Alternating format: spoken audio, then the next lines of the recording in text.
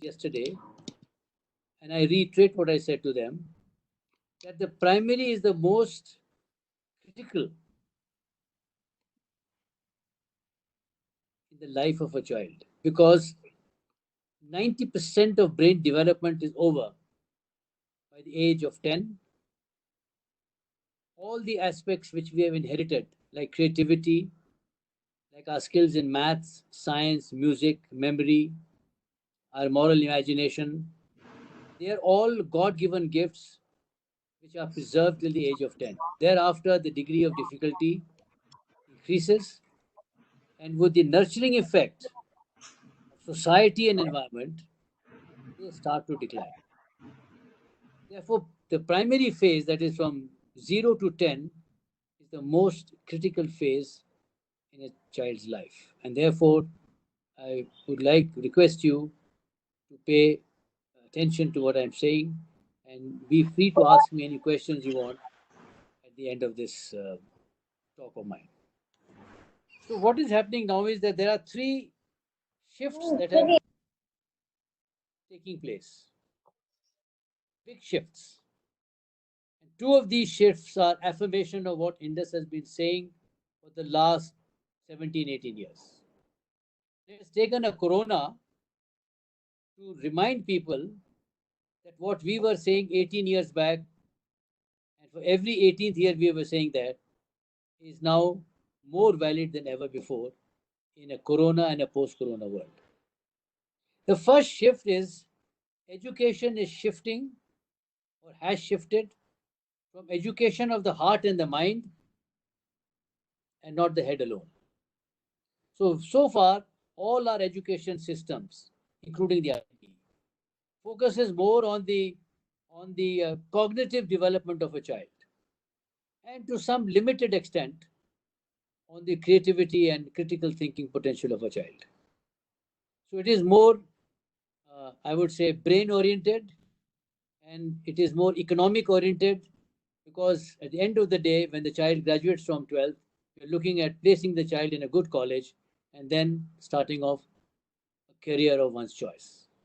So education is focused on the head and the economic man. So this shift to heart and mind is development of competencies and development of spirituality, developing a philosophical mind in the child. Therefore, now we are going to focus on the moral man.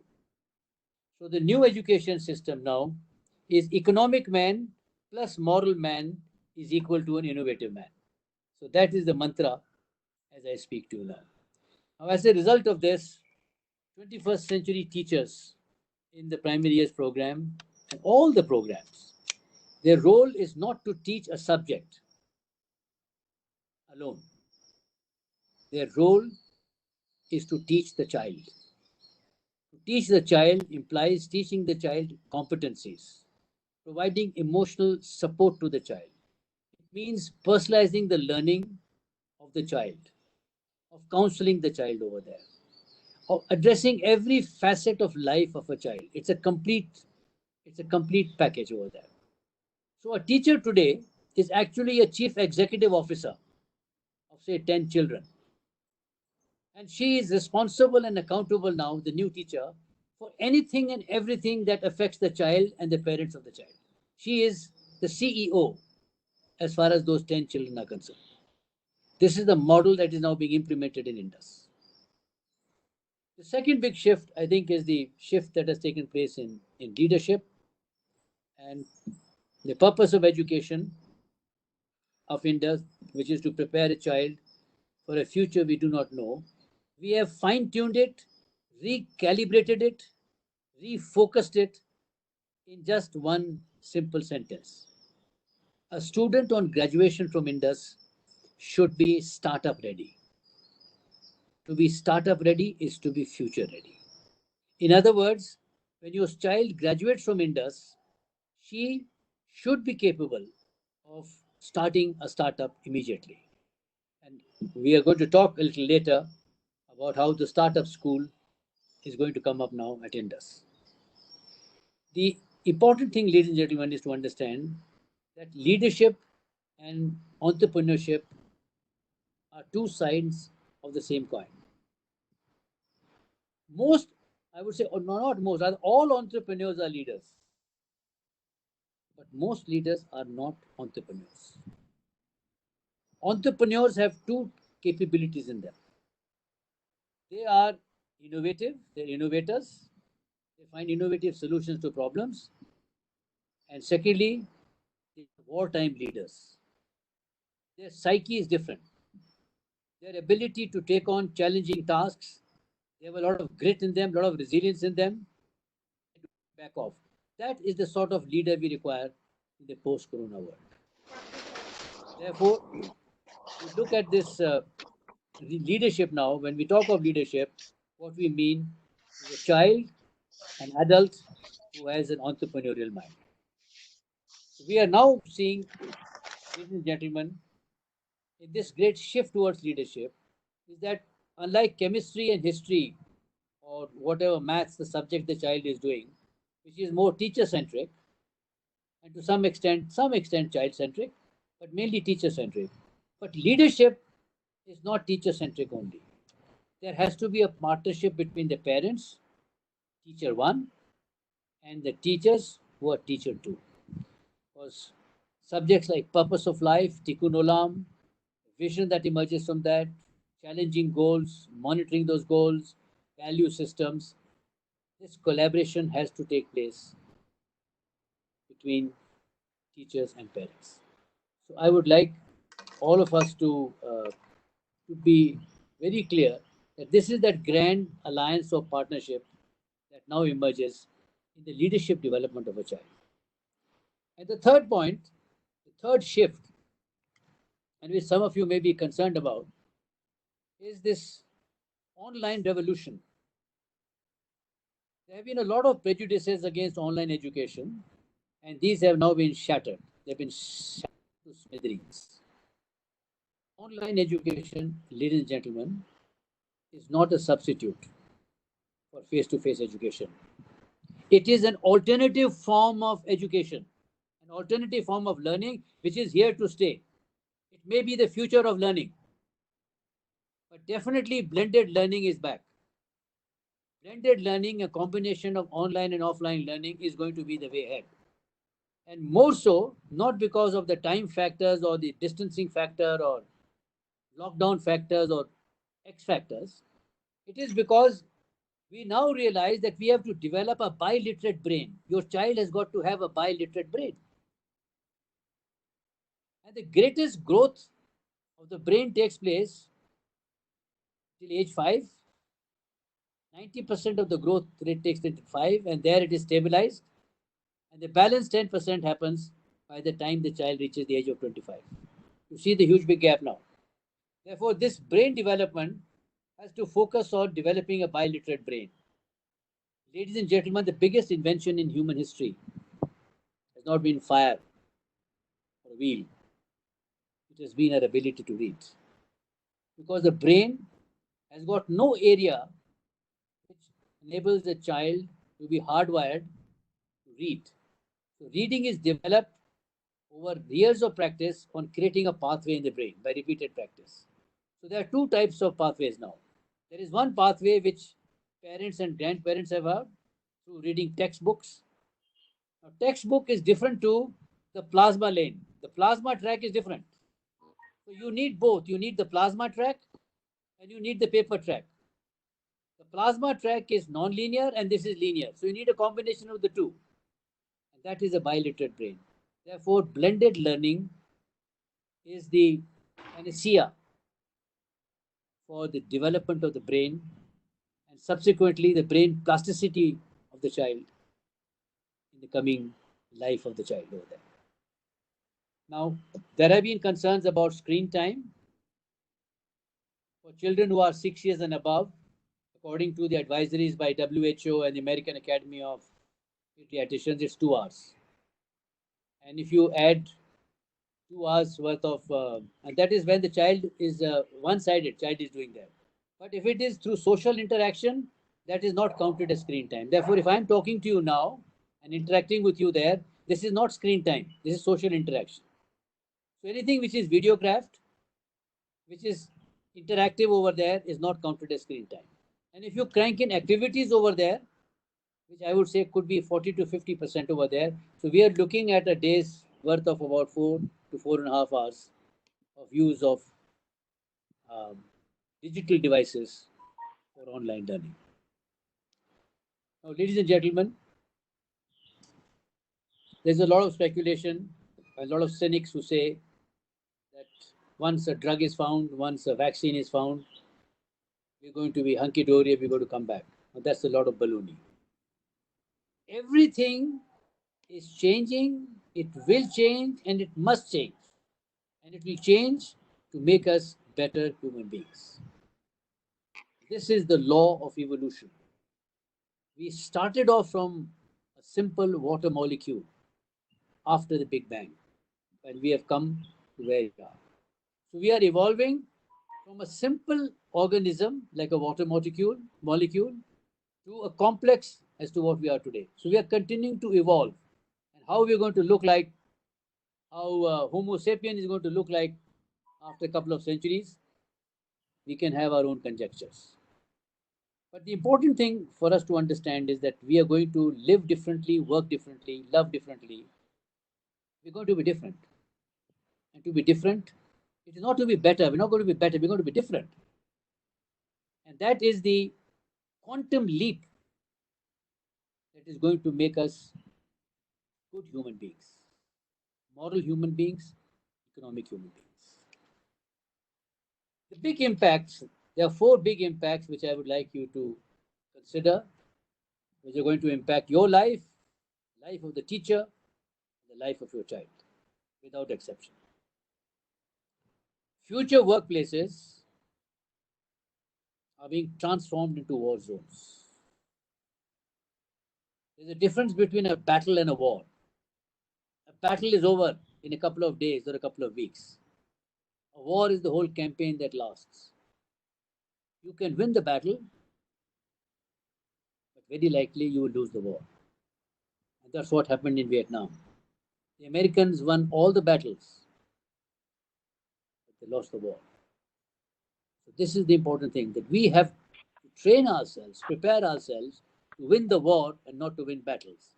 Therefore, the implication of being in a war zone is that every child, every parent, and every teacher, and every company, and every society, and every community is in a startup mode.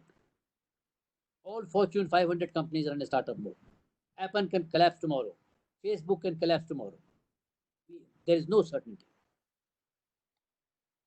And therefore, we have to be startup ready. To get 100 out of 100 in maths does not mean that you are startup ready. It is what you do with your 100 out of 100 that makes you startup ready. Ladies and gentlemen, believe me, in today's world, nobody cares about my qualification. I got so many of them. The world wants to know what has Arjun Ray done with those qualifications. They want to know what you have just done. What new things have you done? What innovations have you made? So when a person is hired for a job, you're not hired for your qualifications now. You're going to be hired for what are you capable of. Okay, do you have any evidence that you are an innovative person over there? This is why if you are high school pass and you're innovative, you get a six-figure salary in all the trillion-dollar companies today. And a large number of our high school kids are working in these trillion-dollar companies. So, coming back to the impact of corona, the second big impact is obsolescence. Jobs, medicine, education, economy, politics, relationships, marriage, anything we talk about. Everything are under the hammer and have a shelf life. Therefore, even Moore's law, where the computing power increases, doubles every 24 months, today everything can change in 24 days, in 24 hours, in 24 minutes.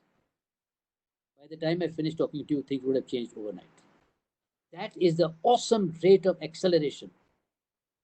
That is the acceleration we are on a roller coaster ride. And the only thing that is going to save us when things get obsolete is our ability to reskill ourselves and our ability to reinvent ourselves. It's only if we are innovative. Being creative is not enough. Creativity is just a small beginning of innovation. Creativity is the idea. Innovation is translating that idea into a product, into a reality, making it happen. So you need many other competencies like critical thinking, risk taking, dealing with failure, empathy, working collaboratively in small teams. So these are the competencies which you require to manage obsolescence. The third is the collapse of standardization. We come from an Asiatic society where filial piety is the top value in our society and community. It is a model which is based on command and control, titles, positions, silos. People crave for small little names, titles. मुझे advisor बता दो, call me consultant, call me associate, call me anything, but give me some sort of a title. And this is a typical example of standardization. And as you will agree with me, standardization is the enemy of innovation. Standardized tests are an enemy of academic rigor. Standardized thinking is the enemy of systems and processes. Systems and processes, which say, for example, the IB has developed over there, in a wartime situation, they cannot be applied slavishly. They have to be applied intelligently. In any case, IB offers us a big scaffolding. It gives us a lot of flexibility to move around, a lot of space to move around over there, unlike other curriculums over there. But having said that, systems and processes that are suited for peacetime are unworkable and unsuited for a wartime situation that we are in today. Today, the system and process must be situation driven. What does the situation demand? Situation demands that the exams be cancelled, so be it. Situation demands that we do, say, 200 hours or 180 hours or 240 hours in a particular subject over there. It doesn't have to be in a brick and mortar room. It can be through a computer. The lesson can be compacted. You don't have to go through the whole length over there. Interestingly, even CBSE today, the minister at Delhi has announced is going to be completely compacted. You don't need 15 lessons to teach force or momentum or something like that. If the concept is clear, if the relevance is clear, you should be able to compact it. Why we have got so many lessons is our inability to conceptualize and see the relevance of a topic. Because if a child understands the concept, you don't have to run 10 lessons to make him understand that. What is important is how do you apply that concept innovatively. Therefore, design thinking has got to be a part. Leadership curriculum has got to be a part. Now, Mrs. Rao has introduced innovation and research skills. They have to be a part. So they are the seeds which are going to help these little children to grow up as entrepreneurs. So we have to intelligently apply them and not be slaves to what was once said over there. And the fourth thing I think is extremely important, and you would be experiencing some of this in the present lockdown situation also, and many of our children will be experiencing it also. Today we are experiencing the largest psychological experiment in human history of 7.2 billion children going through this experiment. It does take a toll. It does take a toll on a person's mind and thinking abilities. Ladies and gentlemen, today there is an emergent need for teachers and parents to psychologically immunize themselves against isolation, against uncertainty, against the fear of the contagion coming back, against all sorts of worries like financial uncertainties in one's business or at one's workplace over there. And a collateral to this is what I would call is cognitive immunity. We need antibodies, we need cognitive antibodies to strengthen our critical thinking abilities against disinformation, 70% of what we read on the internet today is all disinformation. It's got no scientific bias. Anybody can load any video and put it up over there. Any article I can upload over there. I can even modify my Wikipedia if I want to do it. Human hacking. Today, Google knows more about each one of us than we know about ourselves. And therefore, states and corporations have the ability to manipulate our thinking, to manipulate our behavior, our voting behavior, as happened in Brexit and the American elections, our lifestyle behavior, our food habits, our clothes habits, our reading habits, our sleeping habits, our pleasure habits. This is a very serious trend. How do we immunize ourselves against such forms of brain hacking? It is about distraction. We're getting more and more distracted nowadays. Our children are getting extremely distracted now. In fact, human beings' distraction today is less than that of a goldfish. Its span of attention is 9 seconds. Human beings, adults, you and me, not children, you and me, is 8 seconds. That is the level of our attention span today. So, cognitive immunity helps us to focus on what is critical. Like, for example, under peacetime conditions, we said Pareto's 20/80 will apply. That only 20% are the critical few. Spend 80% of your time on the 20%, and your outcome is going to be 80%. Peacetime model.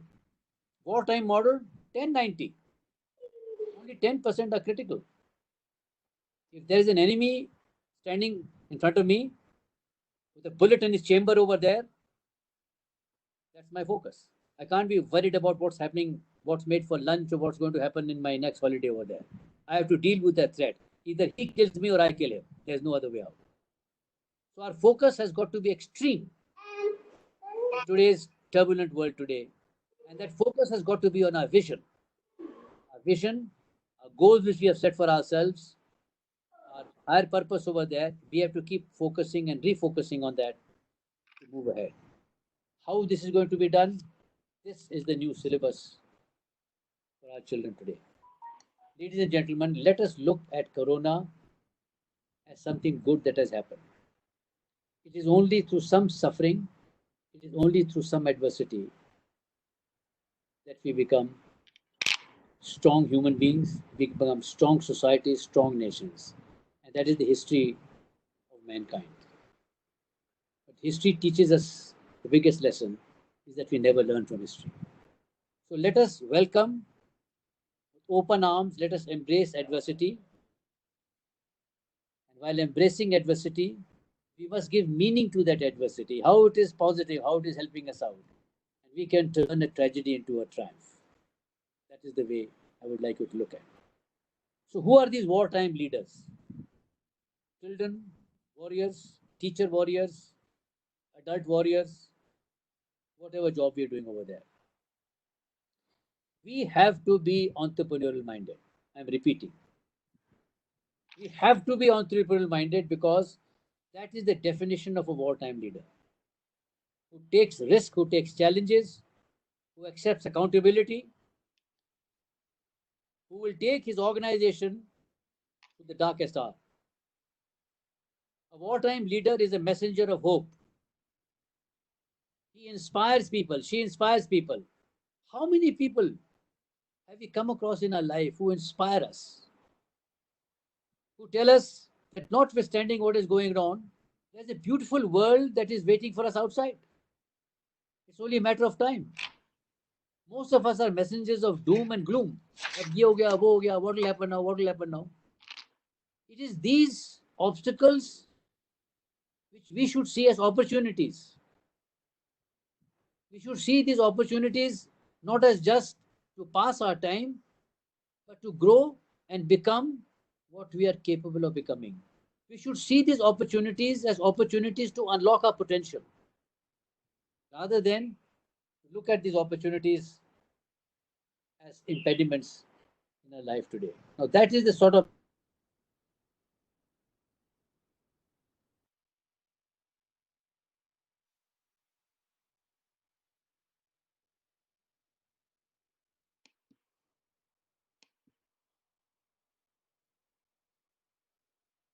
John, is there a problem? And this startup school, So we missed the last 10 seconds of Yeah, your. 10 seconds of your talk. If you could just repeat. can you hear me now? Yes, we can hear you very clearly. Okay, so the last 10 seconds reminds me is that the warrior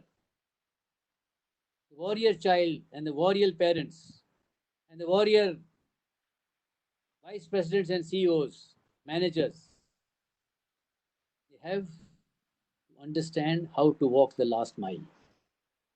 In a marathon, it is the last mile that is the most difficult space to cover. It is not the 25 miles before that, it is the last mile. How do you connect with the last mile? That is only warriors can do that. Those who are not warriors, they will run very fast, they'll sprint for 25 miles, but the last mile is when they give up over there. Now, what is Indus doing about it? We are starting from the next session a startup school on an experimental basis. Presently, we are looking at only 30 children from grade 9 to 12. We had a lot of discussion this morning. A lot of parents in MYP and in DP, there was a lot of excitement in parents, and many parents suggested that we could increase the number over there and the scope over there and go right down even to, some even said to grade 6, and some said grade 8. So we're going to look into this very carefully. We'll re-examine this, but it's an experiment. We're not going to charge anybody any money for it. So the child will do her 9th, 10th, 11th, and 12th for MYP and DP. She has to spend about 4 to 5 hours every week preparing herself to be an entrepreneur at the startup school. And this startup school will be conducted by the best minds, the best brains, and the best experienced entrepreneur, angel investors, venture capitalists, and leaders from TIE, from Silicon Valley, who are living in Bangalore now to become entrepreneurs. Some of our leading parents also are part of our team. And today I sent a call out, and I sent this call out to all of you also, that if any one of you want to volunteer, we'll be only too happy. Just a couple of hours, maybe in a week or a fortnight. We can empanel you over there, and you could be of great value to other children. I think the big thing to understand is that this is an opportunity to have a higher purpose. We do so many things for ourselves, but the time has come when we must do a lot of things for other people. And I'm reminded of Lata Mangeshkar's song, which she sang about nearly 46, 48 years back, in a film called Parchai. I think most of us were not, I was born, but many of you may not have been born. अपने लिए तो जिंदगी सभी जीते हैं, अपने लिए तो जिंदगी सभी जीते हैं, दूसरों के लिए जीना जिंदगी का नाम है. This is the warrior mentality. This is the warrior mentality. He dies for his comrades, he dies for his team. He will not give up on his team ever. He does everything to get his team ahead. This is the sort of mentality which we hope to build up in this startup school over there. We have the leadership school, which you're aware of. You're aware of the leadership curriculum, but you're not aware of the fact that we have now got a species called a chief philosophy officer. To the best of my knowledge, no company, no university on planet has a chief philosophy officer.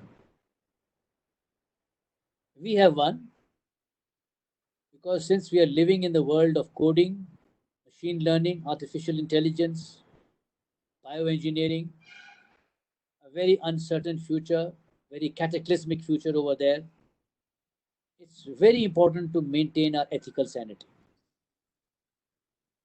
And going by the advice given to us in Israel very recently by the chairman of the space agency, who also heads the AI committee of Israel, and Israel, as you know, is a startup nation. During discussions, he said that many of the startups are failing today because they lack ethics. It is not because they don't have money or they don't have brains, they lack ethics. And he said that 30% of all curriculum must be ethics. So we convinced about it. So this philosophy officer, she is the principal of Pune School. doctor in his school. You know her. I think most of us know her. She's been 10 years in Bangalore, Preeti Prabhu. And she's coming on my staff as the Chief Philosophy Officer.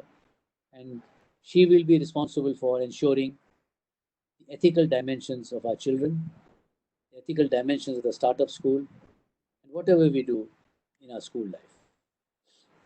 The second big characteristic of a wartime leader is innovation. Wartime leaders are innovators. They are not jugadus, which most of us are. They're innovators. They come up with new solutions. They come up with new plans. They think exponentially.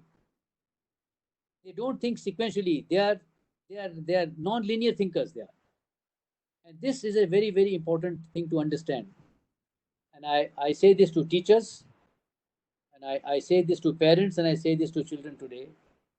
That if we want to sustain an innovation culture, number one has to be innovative. While innovation culture will be nurtured bottoms up, but number one has to be innovative. If Apple is to be innovative, Steve Jobs has to be head of Apple. You can't have a person heading Apple who's not a Steve Jobs.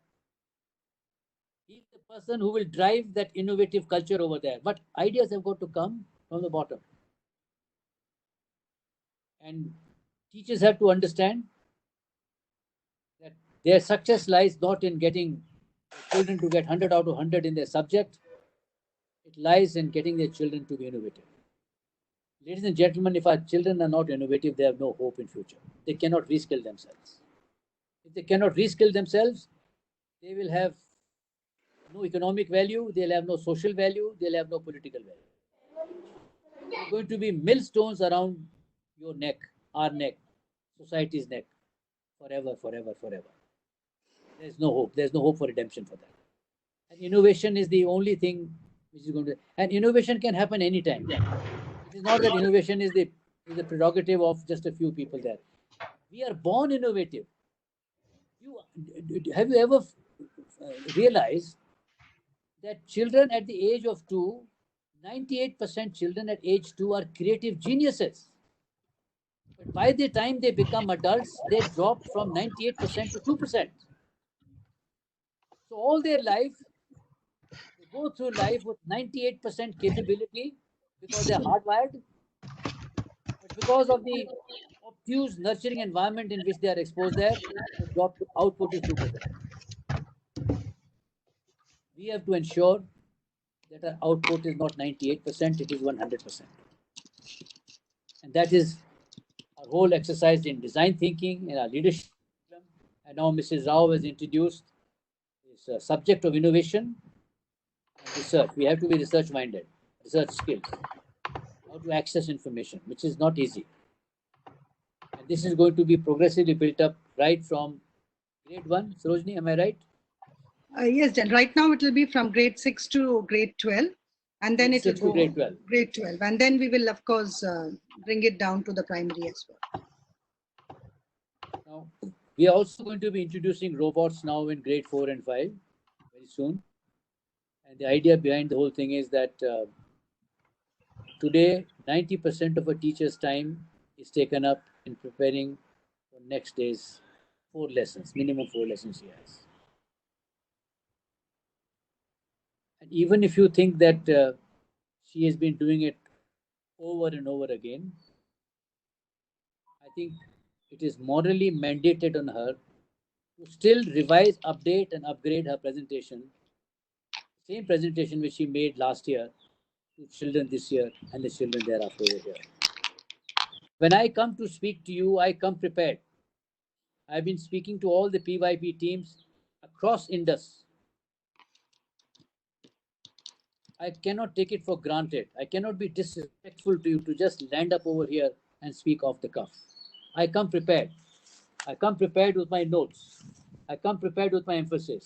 I come prepared with my little these stickers over here, something I remember over there. I come prepared. So whatever time I am allotted over there, I try and make the best use of that time to get across to you. I should always be evolving from one level to a higher level. A teacher from every one level should go to 1.5, 1.6, 1.8, 2.8, 3.8, even if she's doing the same thing. And therefore, it's very, very important for us to understand that a teacher spends so much of her time preparing.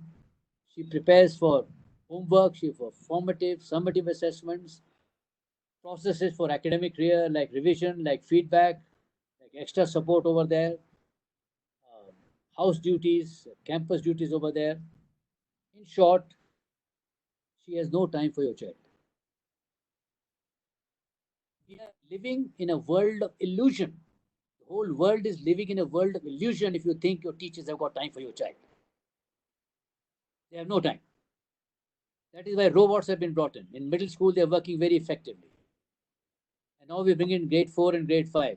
So the idea is that the robot takes over all these mundane routine tasks of the teacher. So now the teacher focuses 90% of her time on your child. This is the magic, this is the mantra, and this is the yantra that is going to be played out in the next academic year, starting from grade 4 and 5. Of course, it goes right up to grade 11. So teacher now has got more time, more flexibility. She can work now on design thinking with greater ease, with greater time and greater comfort, rather than to just keep talking in the class. So she can now make your child a child warrior. She can make your child startup ready. This is the idea behind the whole thing there. Ladies and gentlemen,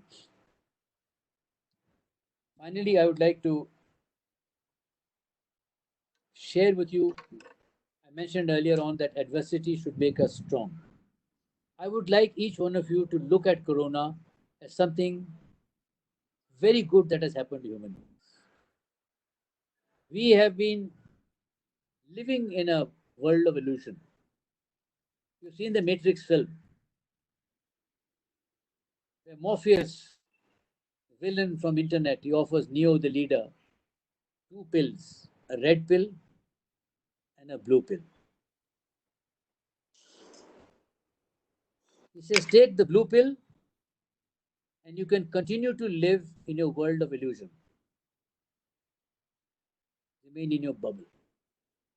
Wake up one day and you'll find the bubble has burst. Take the red pill, you come out of your bubble, take life by the horns, be practical, live in the real world, and make other people happy and yourself happy. So the choice between us today is to take the red pill or the blue pill. I'll opt for the red pill. And this is why I say that Corona is the red pill. Corona is the red pill. It is forcing us, it is the steroid which is forcing us, it is the disruptor that is forcing us to be innovative. All these years we've been lazy, we've just not bothered about innovation. This is why in the last 73 years, our IITs have not produced, our premier companies have not produced one life altering innovation. It's only when we go abroad that we become innovators, we head trillion-dollar companies, and we become Nobel laureates. But while we are here in our current environment over there, we remain where we are. So it's a very good thing that has happened. Let us welcome it.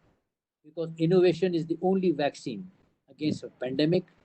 Innovation is the only vaccine against a world that is uncertain and which is ambiguous over there. Secondly, it has helped us to reconnect ourselves within the families. We spent time with us. We were so alienated, so busy in our lives that we never had any time. We had time for everybody else, we had never time for ourselves. So now, in this environment that we're living in now, it's a lot of time for reflection and introspection and coming to know myself. Who am I? Why am I here? Where am I going? How am I going to go? It is these deeper questions, this deep thinking, which is going to learn to deep learning. And it is this deep learning which is going to make human beings much happier than what they have been there. So we knew so much about everything else. We know about PYP curriculum, we know about any subject under the sun, but we don't know ourselves at all.